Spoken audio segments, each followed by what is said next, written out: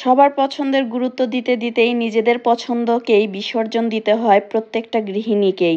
তবুও যেন কারোর মন পাওয়া যায় না। এটাই হয়তোবা প্রতিটা গৃহিণীরই কষ্ট। আসসালামু আলাইকুম, কেমন আছেন সবাই? জীবনের প্রথম আজকে হালিম রান্না করব, তাও আবার নিহারি দিয়ে। হালিম তো আগেও রান্না করেছি, তবে নিহারি দিয়ে এইটাই প্রথম। এভাবে নিহারি দিয়ে হালিম কখনোই খাওয়া হয়নি। বাজার থেকে 1 কেজি নিহারি এনেছিলাম, সেগুলো ফ্রিজ থেকে ছাড়িয়ে নিয়েছি। আর এরকম কেনা নিহারিতে অনেক বেশি লোম ছিল, তাই এখন ময়দা মেখে রেখে দিচ্ছি। আটা বা ময়দা এভাবে মেখে রেখে গরম পানিতে ধুয়ে নিলেই নিহারি কিন্তু খুব সুন্দরভাবে পরিষ্কার হয়ে যায়। আর ওইদিকে দেখেন বৃষ্টি কিন্তু কোনোভাবে থামছে না। এমন ঠান্ডা ঠান্ডা দিনে কিন্তু হালিম দিয়ে নিহারি খেতে ভীষণ মজার লাগে। ময়দা দিয়ে কিছুক্ষণ মেখে রাখার পর গরম পানি করে নিয়ে আমি পানিটা ঢেলে দিলাম। পানিটা কিছুক্ষণ এভাবে রেখে দিয়ে আর ভালো করে ধুয়ে পরিষ্কার করে নিব। আজকে প্যাকেট হালিম দিয়ে আমি হালিমটা রান্না করব। হালিমের ভিতরে 2টা প্যাকেট থাকে, একটা মশলার আর একটা হচ্ছে ডালের। ডালটাকে পানিতে আগে ভিজিয়ে রাখতে হয় যাতে করে এটা ফুলে ওঠে। তাই পাতিলে পানি গরম করে নিয়ে ফুটিয়ে নিয়ে এখন ডালের ভিতর ঢেলে দিলাম। আর এভাবে আধা ঘন্টা থেকে 1 ঘন্টা ভিজিয়ে রাখবো। হালিম বাসায় খেলেও নিহারিটা আসলে ওইভাবে কেউই পছন্দ করে না, আমি আর হুড়ি খাই।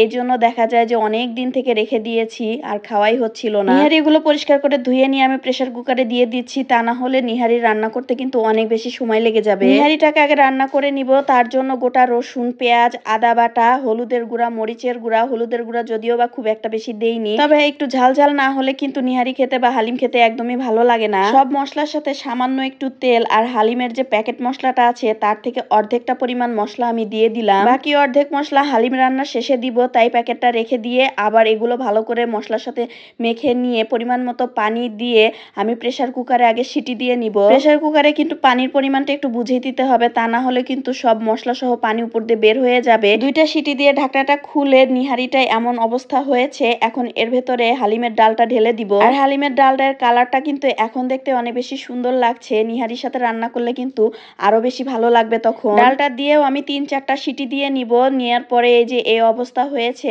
এখন আর একটু ভালো করে ফোটাবো। ফোটানোর পরে এতে বাগার দিব। হালিম কিংবা নিহারি তার আসল টেস্টটাই কিন্তু আসলে এই বাগারের মধ্যে। বাকি যে হালিমের মশলা ছিল সেই মশলাটুকুও কিন্তু আমি দিয়ে দিলাম। মশলার সাথে ভালো করে মিশিয়ে নিয়ে লাল হয়ে যাওয়া যে পেঁয়াজ রসুন সেইটা দিয়ে এখন আমি বাগার দিয়ে দিলাম। আর বেরেস্তাটা দেওয়ার পরেই কিন্তু হালিমটা দেখতে অনেক বেশি লোভনীয় হয়েছে। আর হালিমের সাথে খাওয়ার জন্য আমি শসা কুচি, ধনেপাতা, আদা কুচি, লেবু আর বেশি পরিমাণে বেরেস্তা করে নিয়েছিলাম। ফ্রিজে ফ্রোজেন পরোটা ছিল হালিমের সাথে খাওয়ার জন্য, সেগুলোও ভেজে নিয়েছি।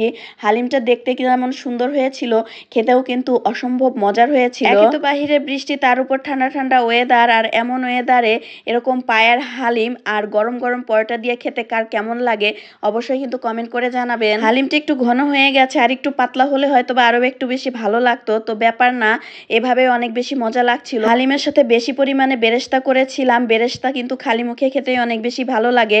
হুর আর ওর বাবা তো এমনি এমনি খেয়ে নেয়, তার সাথে আবার শসা কুচি, আদা কুচি আর ধনেপাতা তো ছিলই, সাথে আবার ঝালের জন্য আমি আর একটু কাঁচামরিচও অ্যাড করে দিলাম। নিহারি তো হিয়ার বাবা কেউই খাবে না, আমি আর হুর খাচ্ছিলাম। হিয়ার বাবা শুধু একটু হালিম নিয়েছিল পরোটা দিয়ে খাওয়ার জন্য। যে খাবারটা আসলে পরিবারের সবাই খায় না, সেই খাবারটা পছন্দের হলেও খেতে খেতে অনেক বেশি দেরি হয়ে যায়, তাই দেরি করে হলেও পছন্দের খাবারটা বানিয়ে খেয়েই ফেললাম।